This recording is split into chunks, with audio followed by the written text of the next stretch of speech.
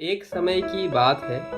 एक राज्य में एक बहुत ही ताकतवर राजा रहा करते थे और वो अपने प्रजा का भी बहुत अच्छे से देखभाल करते थे। काफी समय तक राज्य शासन संभालने के बाद उन्होंने निर्णय लिया कि कहीं दूर जाकर वो एकांत में कुछ छुट्टियां मनाएं और ये सोच लेकर उन्होंने डिसीजन लिया कि समुंदर के बीचों बीच एक टापू है जहाँ पे बहुत सुंदर जगह है, वहाँ पे कुछ दिन बिताने का।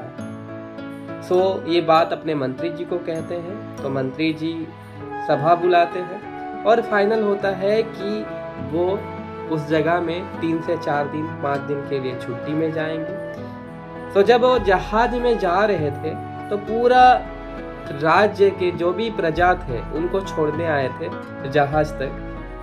उसी बीच जब राजा जहाज में बैठ रहे थे, एक वृद्ध व्यक्ति आते हैं और राजा को कहते हैं कि हे राजा, आप हमारे बहुत अच्छे से देखभाल किए हैं, आप भी अपना खुद का ख्याल रखना, लेकिन एक सलाह मैं आपको देना चाहूँगा। आप जिस जगह जा रहे हैं है तो बड़ा खूबसूरत जगह, लेकिन जैसे ही उस टापू में आप नीचे उतरेंगे वहाँ पे एक जंगल मिलेगा आपको, और उस जंगल में आपको एक 2 फुट का छोटा बानर इंसान मिलेगा जो कि आपको युद्ध करने के लिए ललकारेगा, आपको युद्ध करने के लिए उत्साहित करेगा। तो आप उससे उलझिएगा मत, आप उससे बहस ना करते हुए उसको उसी क्षण खत्म कर दीजिएगा। राजा बोले चलो ठीक है, और राजा बैठते हैं जहाज में और कुछ ही समय के बाद वो उस टापू में पहुंच जाते हैं। जैसे ही टापू में पहुंचते हैं उनका ध्यान उस जंगल की तरफ जाता है, और जैसे ही जंगल में आगे बढ़ते हैं उस वृद्ध व्यक्ति की कहे मुताबिक ठीक उसी तरह एक छोटा सा बानर इंसान 2 फुट का राजा के सामने आके खड़ा हो जाता है। राजा को बोलता है मुझसे युद्ध करो।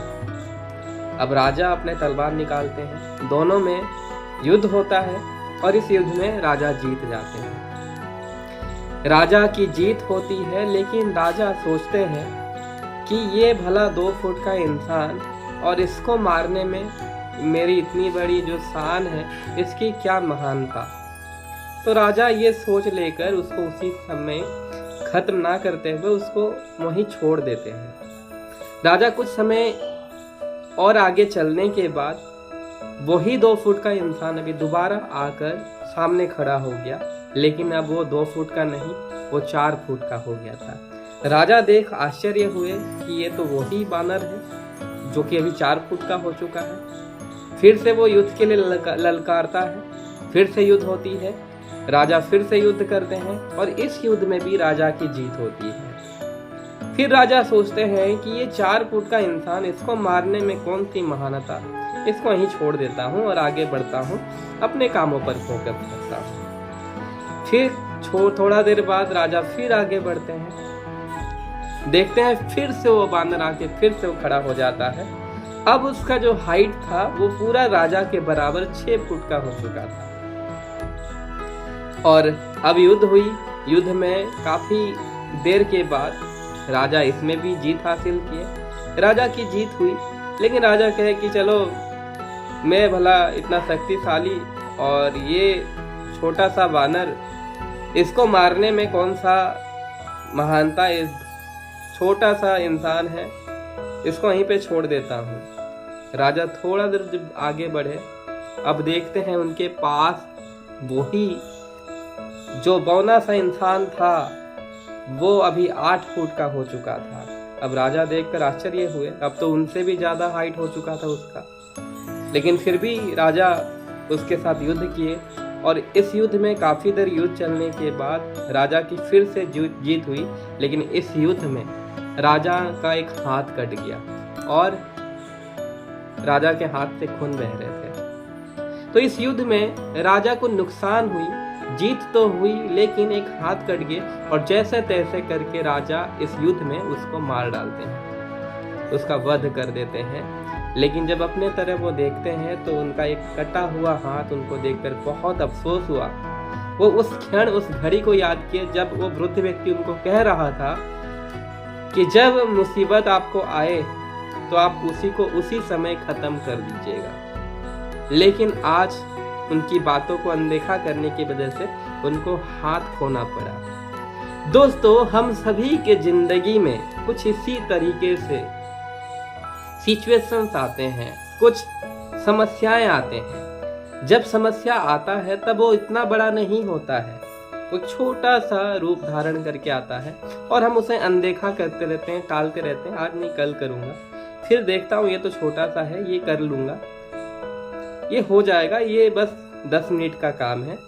तो हम छोटा छोटा काम को, चाहे अपने जिंदगी में, प्रोफेशनल लाइफ में बोलिए, चाहे रियल लाइफ में बोलिए, अपना व्यक्तिगत जीवन में बोलिए, कई सारे ऐसे चीज होते हैं जो हम उसे टालते रहते हैं। आज नहीं कल करूंगा, देखूंगा, कल करूंगा, और वो समस्या धीरे धीरे धीरे धीरे इतना बड़ा हो जाता है, विस्फोटक रूप ले लेता है और आगे चलकर हमें उसके लिए नुकसान सहना पड़ता है। तो मैं आप सभी साथियों को ये संदेश देना चाहूँगा कि अगर आपके ज़िंदगी में भी कोई समस्या, एक छोटा सा समस्या अगर आपको दिखाई दे रही है, तो आप उसको उसी समय ही ख़त्म कर दें, ताकि ये बड़ा होकर एक बड़ा विस्फोटक रूप ना ले सके।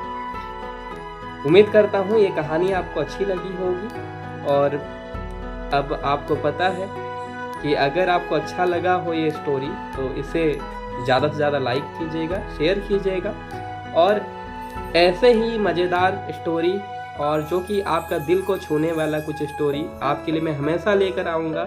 लेकिन इसे सुनने के लिए आपको क्या करना होगा, आपको सब्सक्राइब बटन में क्लिक करना होगा। अभी का अभी सब्सक्राइब करें और लोगों को भी बताएं। Thank you so much, best of luck.